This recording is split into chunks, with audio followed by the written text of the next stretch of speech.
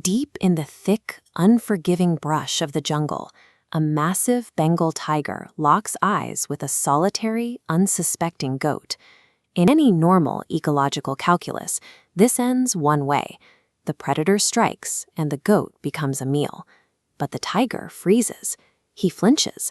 And then the king of the jungle scrambles backward into the foliage, fleeing in absolute panic. Why did the apex predator retreat? What did the tiger see that made him walk away from a certain kill? The answer is found in the Mithila region of India and Nepal, within the Maithili folktale of a goat named Batu.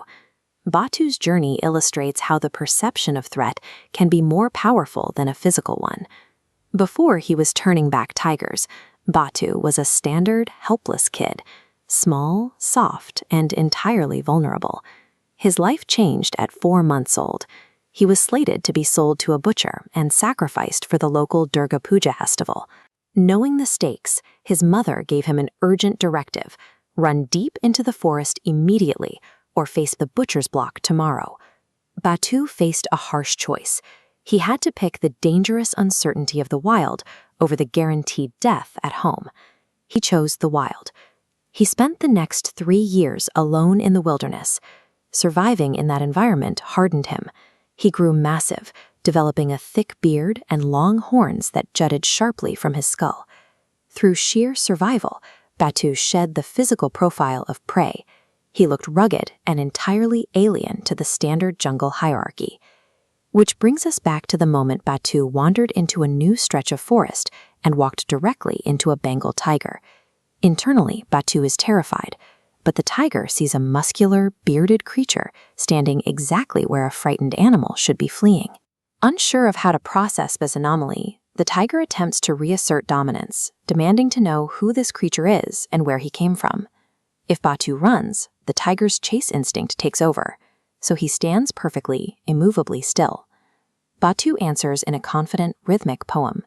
He claims he regularly plays with 7 lions, and if he doesn't eat at least 10 tigers, he considers himself to be fasting. By delivering this ridiculous claim with total confidence, Batu forces the tiger to calculate a threat level that physically shouldn't exist. The predator's logic fails. Unable to reconcile the confident stance with the threat of being eaten, the tiger decides he is outmatched and immediately bolts into the trees. The fallout of this encounter ripples through the forest, as even the cunning jungle fox falls victim to its own deceit in the aftermath. Batu survived by weaponizing his appearance and his wit. He avoided becoming a meal by acting like he was the one looking for one. This legend has been passed down for generations, cementing itself in the rich, living art history of the Mithila region. Batu's victory suggests that even against an apex predator, an unwavering refusal to play the victim and a calculated bluff can hold more weight than raw strength.